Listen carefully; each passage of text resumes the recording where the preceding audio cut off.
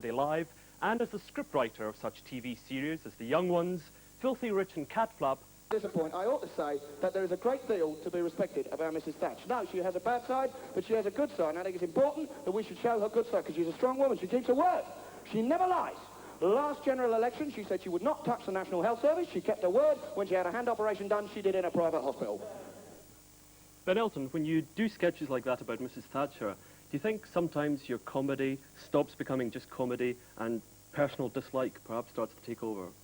No, not really. I think that a bit of honest emotions, you know, worth involving in any art form, to sound vaguely poncy for a moment. I mean, you've got to put your heart into what you do, or I don't think it's got any guts. I mean, I cover lots of things. You picked one clip about Mrs. Thatch. You know, I mean, you could have picked something else, but obviously, you know, as always, it comes out. It's the Mrs. Thatch case. I mean, I do it. I mean, she's Prime Minister. She's been Prime Minister for donkey's years. She's going to be Prime Minister for a lot longer. I mean, what is a comedian to do but work in the environment and the society they're involved in? Malcolm Wake. Yeah, Mr. Elton, wasn't you said that BMW were the first three letters of the yuppie alphabet, but on you yourself it's like a lefty version of a yuppie, you know, expensive car, nice clothes, nice home? Well, I'm sorry to disappoint you, mate. Firstly, I didn't say that joke.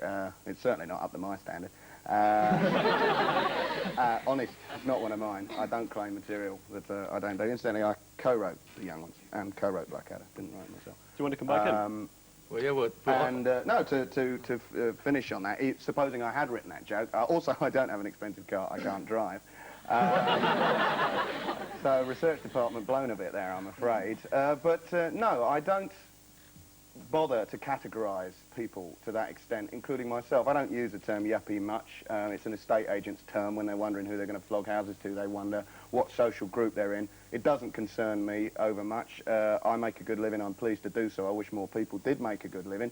But it certainly doesn't shame me that I have a nice place to live, nice-ish, you know, terraced house that I could afford, you know, thanks to the Young Ones book. That's not a dilemma for me. But I certainly don't consider myself a yuppie, because it's a boring term that I would, you know, let's hope some new terms come up soon, basically. But didn't you say jump on the back of the trendy lefty bandwagon at the time? You know, just trendy becomes socialist. Well, I didn't notice an awful lot of being trendy at the last election, mate. I mean, we did see a 104 majority for the far right, didn't we, really? Yeah, but you always hear about, say, rich people say, oh, I'm a socialist, and it's a really cool thing to be. Aren't you, say, doing the same thing? I don't ever say I'm a socialist. I mean, during the election time, I was asked what I voted, and I feel it's important to stand up and be counted in a democracy. I think it's extremely boring when people say, oh, the way I vote, that's my business. No, I'm not telling you. You know, I mean, I think people should discuss their politics, because the way people vote is everybody's business, because they're going to, you know, they're going to affect each other's lives. So during the election, I said I vote Labour. But during the rest of the time, I mean, as I explained before, my comedy's about things that are going on. I can't stand being called a left-wing comedian. Nobody calls Tarbuck a right-wing comedian, you know. But, you know, he'll probably do a racist gag or whatever. I mean, I'm a comedian. If people laugh, that's cool. Claire Collinson. Isn't alternative comedy just laughing at a new set of stereotypes? Alternative comedy, for me, is not being racist and sexist, which I think is an extremely important thing to do. I think you have to exercise self-censorship. If I've created stereotypes, you know, Mrs. Thatcher's just a sort of axe-wielding loony or something, or spitting image, for instance, or whatever, yeah, I mean, I'm sure you get new codes, new ideas, but, I mean, I think, for myself, I think very hard about the characters I write and create. I don't think the characters in the Blackadder are stereotypes, and I don't think the things I do on Saturday Live are stereotypes. They're observations, really. Yes, back row. Don't you simply write comedy just to shock people? Very definitely not. I mean, I cannot imagine a more facile ambition than trying to shock people, and I certainly don't do that. I was once talking to Ronnie Barker, actually, at the BBC party, and he said, why do you swear so much on telly? I have never sworn on telly, and I certainly wouldn't do so, because it would simply annoy a lot of people, and it's such a small thing to do to say the F word on telly. I write comedy about what I see is going on, and if I do a set about treading in dog mess, that's not to shock people, it's because everybody does tread in dog mess, and it's something that's worth talking about, you know. Yes. But you do shock people, and a large majority of the time they laugh simply because they are shocked. Well, I'd be disappointed if that were the case. I mean, you obviously don't think my stuff's funny, which is fine, you know. You think that people... I don't think people are laughing because they're shocked. I don't think people come to theatres. I fill theatres in order to be shocked, they can go and see Poltergeist 10 if they want to get shocked.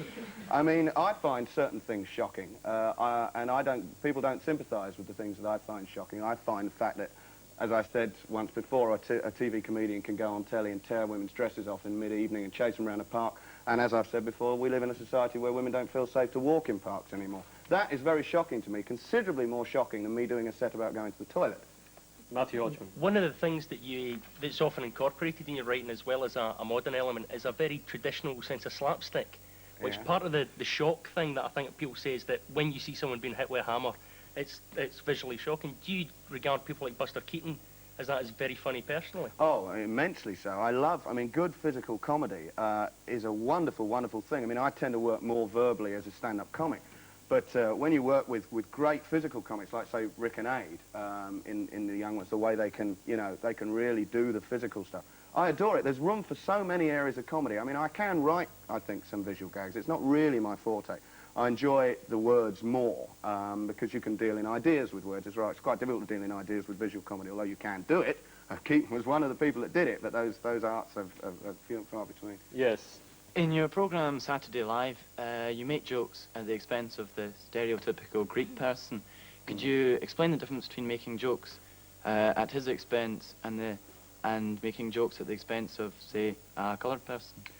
I don't do it. Obviously, it's not my character. I mean, Harry Enfield writes and performs Stavros as his part of the show. But having said that, I will certainly stand up for him and what he does, because although we must be ever vigilant against racial stereotyping and racial prejudice of any sort, on the other hand, there must be life. There must be joy in our multiracial society as well. And I think, again, one exercises self-censorship. Stavros isn't stupid. Stavros never says, oh, there's salmonella in the kebabs. I mean, I feel that as a London type, as you know, part of what's going on in London has been happening in London for years. It's a relevant piece of comedy. I mean, I had more trouble with Manuel out of Faulty Towers, but nobody gave them any stick because, they don't say, oh, you're lefties, you don't have to be, you're hypocritical. We seem to we have to defend ourselves more than anybody else, but fair enough, I'm quite happy to do it. How do you know that Greek people don't find that as offensive as black people find stereotyping? Well, I mean, I don't, but as I say, you have to make an opinion. You have to decide where you draw your own lines. I don't believe in tunnel vision. I don't believe in that's right, that's wrong. I believe in people having personal responsibility, making their own personal decisions and coming up with their own moral choices. And as I say, I wouldn't say there can be no jokes about black people on telly. That would be ridiculous. I say there have to be the right jokes, and that has to be up to the writer. Yes. But the way you're saying that, it's sounding as if you're saying a little racism's all right, but a lot isn't. No, I'm saying that cultural involvement with one's own culture, and we, thank God, live in a thank God, that's a strange thing, thank whatever, up there, whatever controls our lives. We live in a multicultural society, and I'm very, very pleased to be a part of that. And comedy mustn't exploit that and mustn't be brutalised, the fact that we live in a multicultural. But on the other hand, it can delight in it, and it would be a very, very sad thing indeed if comic actors could only perform characters from their own racial group. That would be a kind of contra-racism. So it's down to the material. Now, some people say that because Stavros is kind of, gets words wrong, that is patronising and that makes the material wrong. I don't think it does. But, I mean, it's certainly a debate that needs to be had, and we should constantly be having it. But what I'm explaining to you is that it would be, I think, as wrong, as demeaning, and certainly as unhelpful to ignore our multiracial society in a kind of purist way. The way people used to sort of have trouble sort of talking about, oh, you're black, are you, Now we've got over that, thank goodness. People used to have trouble with the word black. They still do. You use the word coloured. I mean, the word black, I suppose. Do you make a conscious effort to include controversial subjects in your programmes and to influence the audience? No.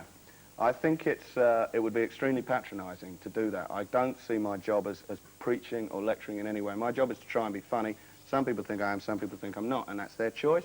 And, they know what to do about it. I would never think I've got something to say, I've got something to teach, or I want to take on... I feel like I wouldn't listen to a bore lecturing me in a pub, and I certainly don't expect other people to listen to me lecturing them. If I'm funny, then you can watch, and if I'm not, then you turn off. But I would consider it the most patronising and unfunny and unhelpful thing on earth for a comedian to start thinking that he or she has the job of waxing lyrical of their own obsessions. The reason I deal with the subjects I do is because I find them funny, not because I want to make some kind of statement. Yes. Yes. Green jacket. Yep. When you're making political jokes, it's usually about Mrs. Thatcher. So don't you think it's pretty narrow-minded if you can't see the funny side of, I don't know, the Labour Party or Neil Kinnock? I Even do if all the you time. agree. I do all the time, but don't forget, Mrs Thatcher is in power. Mrs Thatcher has an enormous majority. She's the issue. I mean, if Kinnock had won the last election, which, as we saw, wasn't exactly very likely and didn't happen, then he'd be Prime Minister, and there would be where I would be thinking about what's going on in Britain. It'd be being run by a Labour Party. We'd be having to see whether they fulfil their promises, and that's what I'd be dealing with. It's like doing SDP jokes. I'll do a couple, but what's the point? The real issues are about who's running the place. That's where, for me, the humour is. Yes. Do you feel, Mr. Elton, you've constantly denied that the slant that we seem to see you in is not quite true? Do you think that there's been an almost the gutter press is deliberately trying to portray you as this because you're unbalancing the status quo? Do you think the fact that Jimmy Tarbuck's racist elements are not brought to the fore is because if he's brought up in drunk charging, he'll be in the Sun the next morning and you won't? I don't know. I mean, they don't do much about me because I'm not famous enough, you know. But yeah, I think we are brought to book a great deal more.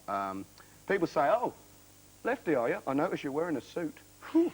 I notice you've got a shirt, shoes on your feet, and you vote Labour. Bit of a hypocrite, aren't you?" I mean, we are brought to book. Nobody seems to say to somebody like, "Oh, you go to church, but it says in the Bible absolutely clearly, one shirt, one pair of shoes, thou shalt not kill." Mrs Thatcher goes to church after the Falklands War, etc. You know, I mean, you could say, you could have a pretty meaningful debate about that. You say your humour's based on personal observation, but are you going to tell me that in Blackadder and Elizabethan Noble, in a torture chamber, is actually based on personal observation? It's so difficult to be picked up on when you're answering a question. You say, "I base some humour on personal observation," and 3 minutes later, somebody turns around to me and says, "I saw a joke you once wrote that wasn't based on personal observation. You hypocritical basket, you. You lefties are all the same. What's going on here? You just said that, now you're doing something different." I earn a living in comedy. Somebody asks me where your comedy comes from. Is it all political? I say no. The politics comes from observation. I don't set out to have a go at Mrs Thatcher, but I do observe what's going on in Britain, and perhaps a joke comes out which is against Mrs Thatcher. So there's your observation. Well, other times I'm sitting down writing a medieval sitcom, and as you have well pointed out, I've never been in a torture chamber, although this is beginning to feel like it. I'd just like to finish by saying the attitudes in Blackadder are about personal observation. The actual comedy, sure, men don't walk around in tights anymore so much, but it is nonetheless what I think is the delight of Blackadder is that his character is almost like a sort of 20th century person put in a different age. You know, he's aware of things like, there's one of my favourite jokes from Blackadder 2 is when he says to the old wise woman, "Is the wise woman here?" And she goes, "That it be, that it be." And he says, "Yes, it is. You don't have to talk like that to me. I'm not a tourist." You know? And you know, he's like taken the 20th century and gone back with it. So anyway, there is personal observation in that. Well, a lot of people want to ask you about somebody who has a go at you, and that's Mrs Mary Whitehouse, Kirsty Hughes. What do you think about your critics like Mary Whitehouse, and do you get angry at sitcoms like Terry and June? No, I certainly don't get angry at sitcoms like Terry and June. I'd be like sort of getting angry at a dead tortoise, wouldn't it? I mean, I'd have to have a pretty low threshold of tolerance if I turned on the telly and went, "My God, those bastards. They're at it again. They're sitting on their sofa talking to each other. I can't stand it." No, there's a lot more things in this world to worry about than Terry and June. I don't give them a second's thought, and I don't give Mrs Whitehouse much of a thought. I didn't know she had a go at me, actually. I'd never read that. I'm sorry if she does, really.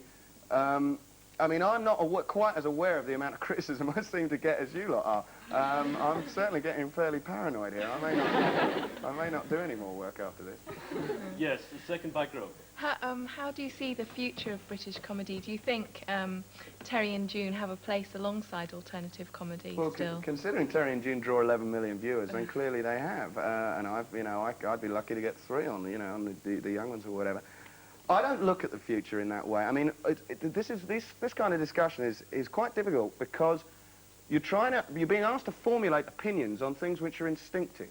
I never remotely sort of tried to be different to Benny Hill or whatever, but people start asking and suddenly you're talking about it. I think you'd kill the goose that laid the golden egg if you thought too hard about things. And I certainly am not big-headed enough or stupid enough to see the future of British comedy. It's as much as I can do to get through today. You know, I'm trying to wonder what I'll be doing this evening, let alone 10 years from now. Yes. Do you think the racism and sexism in popular comedy reflects the views of the British public?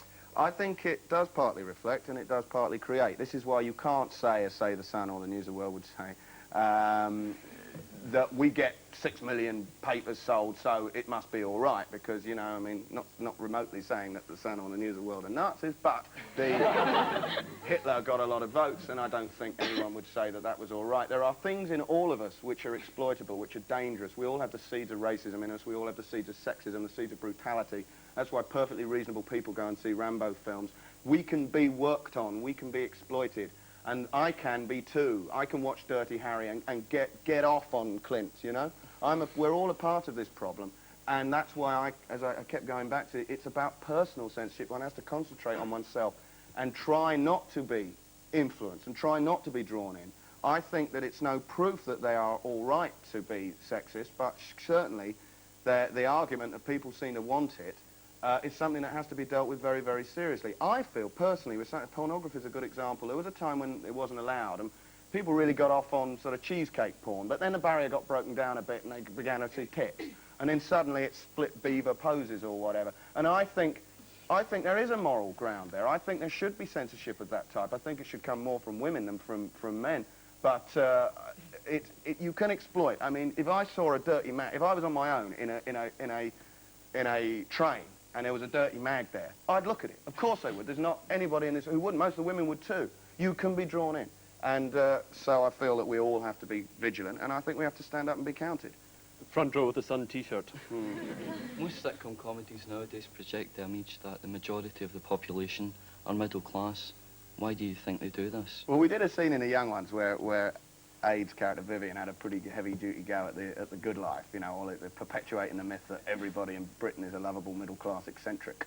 I do deeply miss the great sitcoms of the 60s, things like Till Death, things like Dad's Army, Steptoe and Son. I mean, I'm not saying they particularly portrayed the truth about working-class people any more than Terry and June portrays the truth about middle-class people, but certainly since the success of programs like The Good Life, I think there's been an obsession with very well-heeled people in comedy. I mean, you know, it's all about sort of some scatterbrained middle-class bloke who's got problems at the office.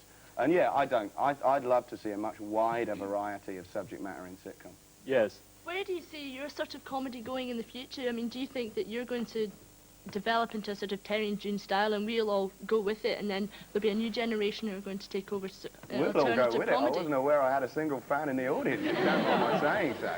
I mean, I'm so serious. Inquisition going down here. As I said before, I really don't look at the future in that way. I worry about society. I worry about if I have kids, what sort of world they're going to live in. But I don't worry about whether I'm going to turn into the writer of Terry and June, and I don't worry about whether you'll be watching it, because I think it would be facile. I think it's important to concentrate on what one does and try and do it as well and as honourably as you can and give value for money. And that's what I try and do. I don't waste my time too much trying to be a soothsayer. I think another 5 years of this government's going to make life quite difficult if you want to stand up and be counted, but I mean, you know, I'm not going to worry about it till it happens. Yes. Do you think that alternative comedy or stand-up comedy is more widely accepted now than it was, say, 10 years ago?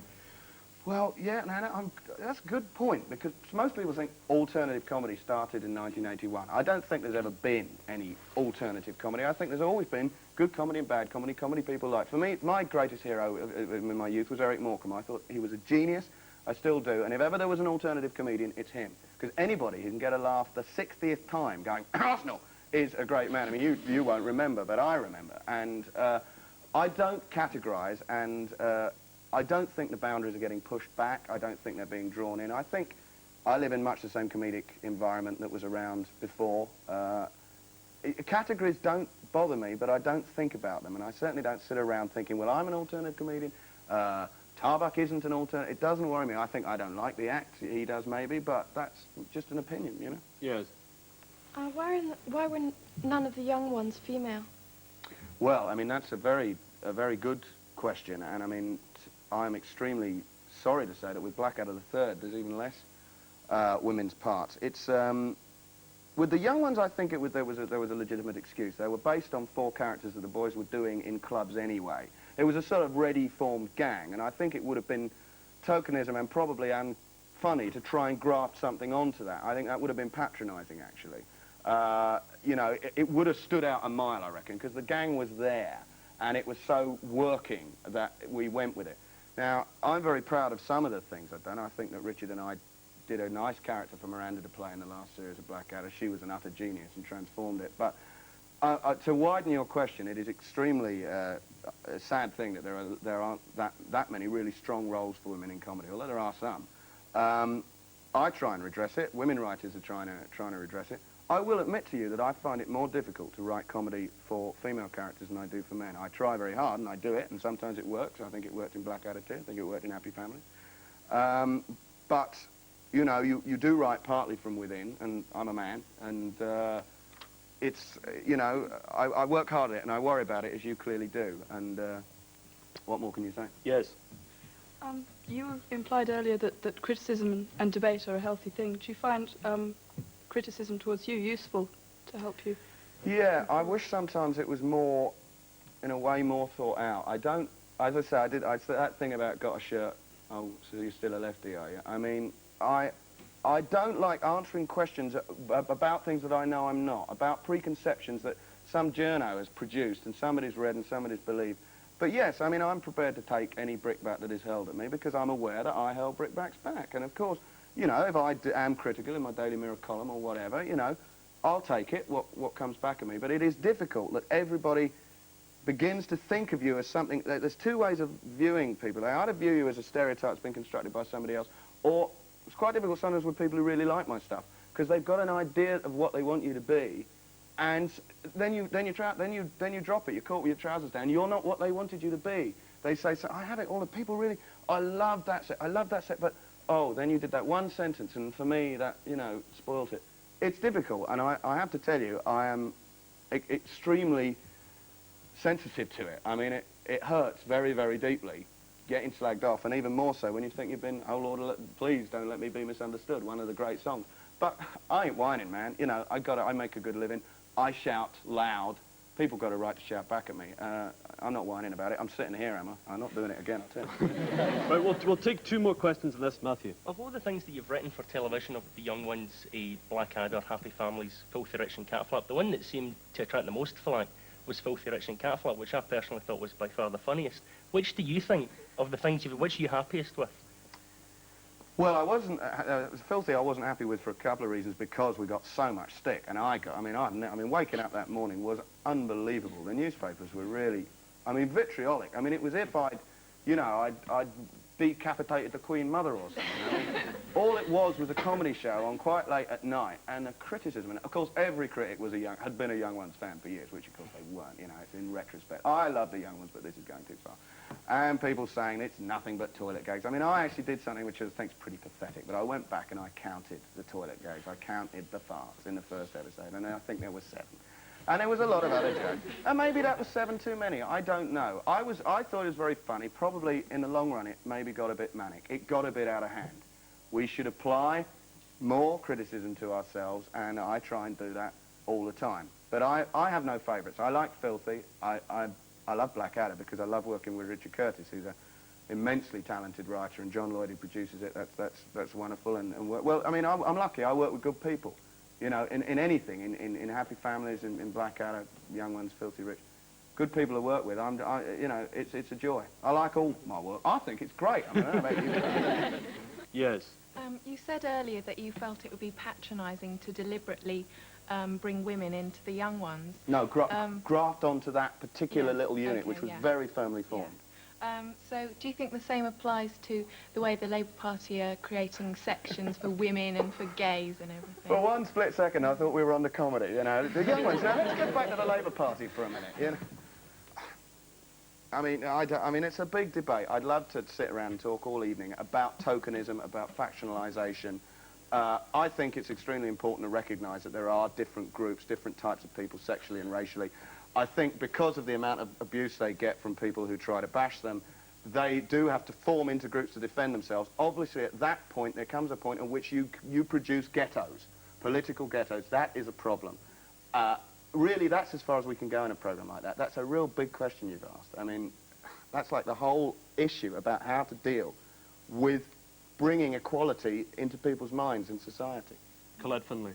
Personally, do you think that Neil Kinnock is a strong enough character to hold the Labour Party together, as Mrs Thatcher's held hers together for so many terms? I don't know. I mean, you know, I don't think anybody's been quite as firm as Mrs Thatcher's been for a long, long time. I mean, her ground, firm ground. I mean, you know, he'd be damn lucky if he had as much control as she's got.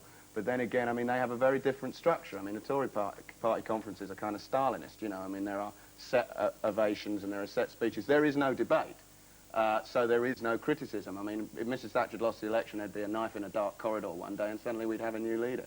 Kinnock's are constantly involved in debate, so I suppose his position will always be more shaky. The left debates, the right presumes, I think. I don't know. How long do you think it will be before you run dry of things to say, if ever? Never. As long as I don't worry too much about what you lot have been saying.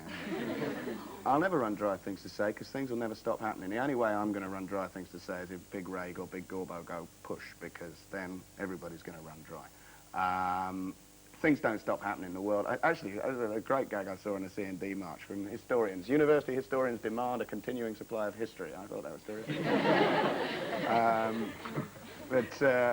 No, I mean, I draw from... I don't feel remotely tired. I mean, I do feel tired, I must say. I've been working quite hard. Oh, poor old Ben. But I love it, and no, things, you just look around and it's all still there, you know, the Tog's mess is still on the pavement and Mrs Thatcher's still saying we had a party of employment. The jokes are still there. Well, I'm afraid that's all we've got time for this week, but in the meantime, Ben Elton, thank you for being open to questions.